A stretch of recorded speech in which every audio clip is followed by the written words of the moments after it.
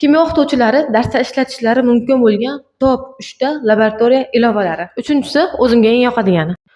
Birinchi ilovamiz bizda ChemLab deb ataladi, ilova tili ingliz tilida. Bu ilovada har bir bosqichda bittadan topshiriqlar. Birinchi topshirig'imiz bu suvni qaynatish ekan. Bizga kerak bo'ladi olov, kolba va suv. Pastda esa biz qilayotgan ishning reaksiyasi ham beriladi. Ana endi biz keraklicha vaqt belgilaymiz. Tajribani tugatganimizdan so'ng ilova bizga qilgan ishimizga qarab yulduzchalar beradi. Shu tariqa keyingi bosqichlarga o'tib ketaveramiz. Bu ilova asosan o'quvchilarni laboratoriyaga qiziqtirish uchun juda ham foydali deb o'ylayman. Ikkinchi ilova bizda Chemistry Lab. Bu ham ingliz tilidagi ilova. Ilovaga kiramiz va eksperimentni tanlaymiz. Va bizga bitta stakan beriladi. Bu stakanga xohlagan metal, tuz yoki kislotani solib reaksiya qilishimiz mumkin. Men oldim rux metalni va unga xlor kislotasini qo'shdim. Xo'sh, topamiz. Xlor kislota va kolbaning yonida reaksiya mahsulotlari, tepada esa to'liq reaksiya yozib beriladi.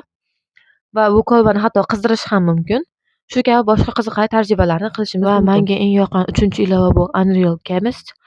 Bu yerda bitta stakan beriladi. Bir moddani xohlagan miqdorda sola olasiz. Tepada nechmonligi ko'rsatiladi va moddalar tanlovi juda keng.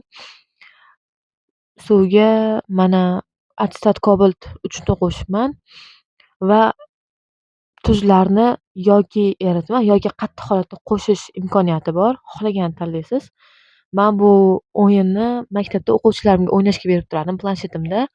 Juda mazza qilib, reaksiyalarni ko'rib, bir moddaga boshqasini qo'shib o'ynashardi. Tepada mana hattoki mahsulotlarda ham unumi ko'rsatiladi. Juda ham chiroyli, bolada tasavvur shakllantirishga juda ham zo'r ilova bu. Har xil funksiyalar bor. Men faqat lekin ikkitasini ishlatganman. Bittasi mana shu aralashtirish va bittasi metallarni alangani qanaqa rangga bo'yash haqida.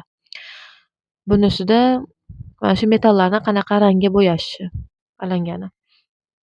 Misol uchun kobaltni 2 valentligi. Bosib tursangiz alangani beradi. Mana kobalt 2 valentligi, demak alangani shunaqangi oq rangga bo'yaydi. O'rgatgan nazariyalarni amalda ko'rsatish uchun juda ham yaxshi ilova bu. Misol uchun gidroksid natriyni oldik va alangaga beryapmiz va natriy haqiqatan ham alangani sariq rangga bo'yaydi. Agar sizga video yoqqan bo'lsa, like bosing va meni yo'qotib qo'ymaslik uchun obuna bo'lishni unutmang.